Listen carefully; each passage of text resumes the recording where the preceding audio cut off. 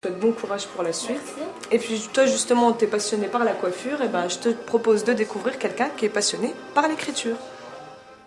Championne de France au lancer du disque en 1984, recordwoman des Vosges avec un G à 45,20 m en 1988, record imbattu jusqu'à aujourd'hui.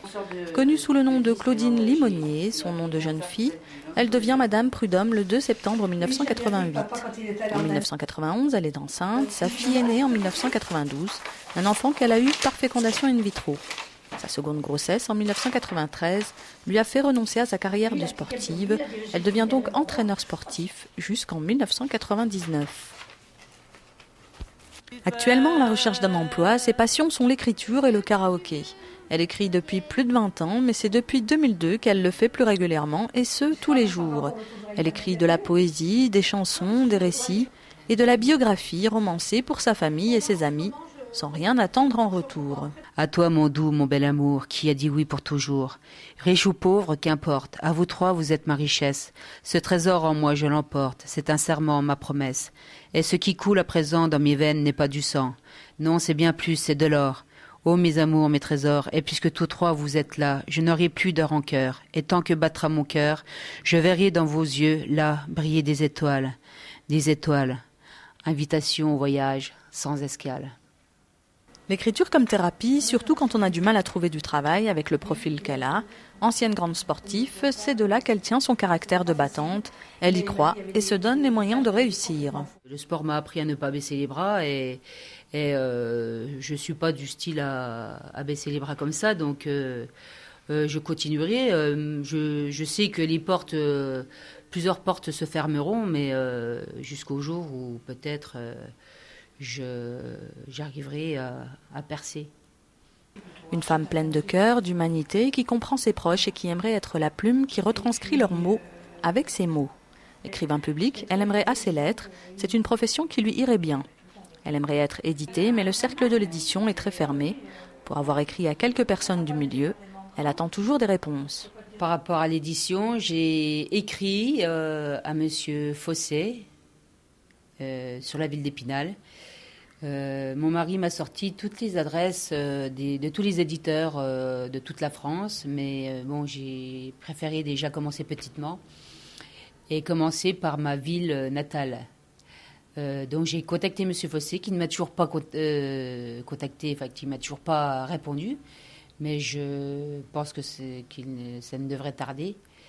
Et j'ai contacté aussi Madame Lacaille, qui est directrice à l'Union des écrivains vosgiens, que je salue d'ailleurs, et Madame Marie-Paul Brancard, une ancienne collègue à moi. Sinon, j'ai écrit à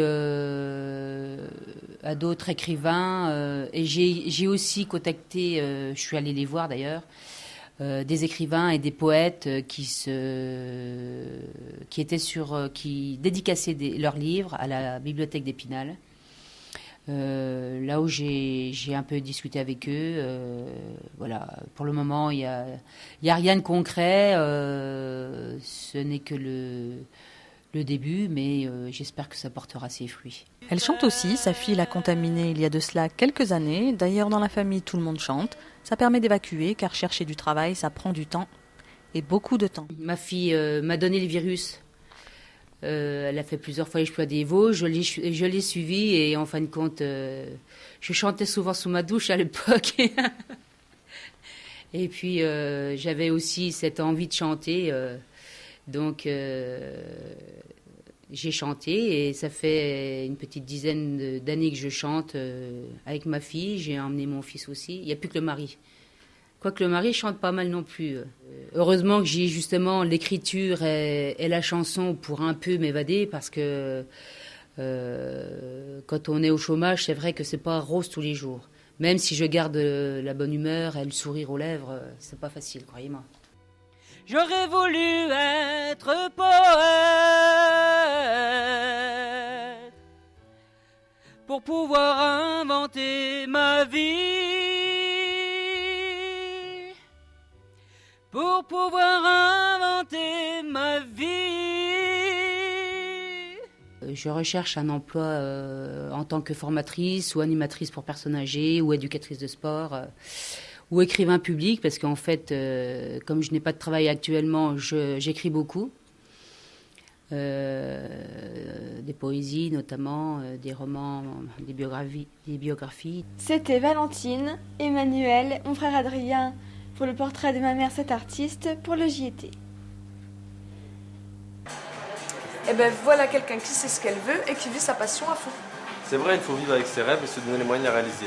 Cyril, toi qui as un parcours qui t'a mené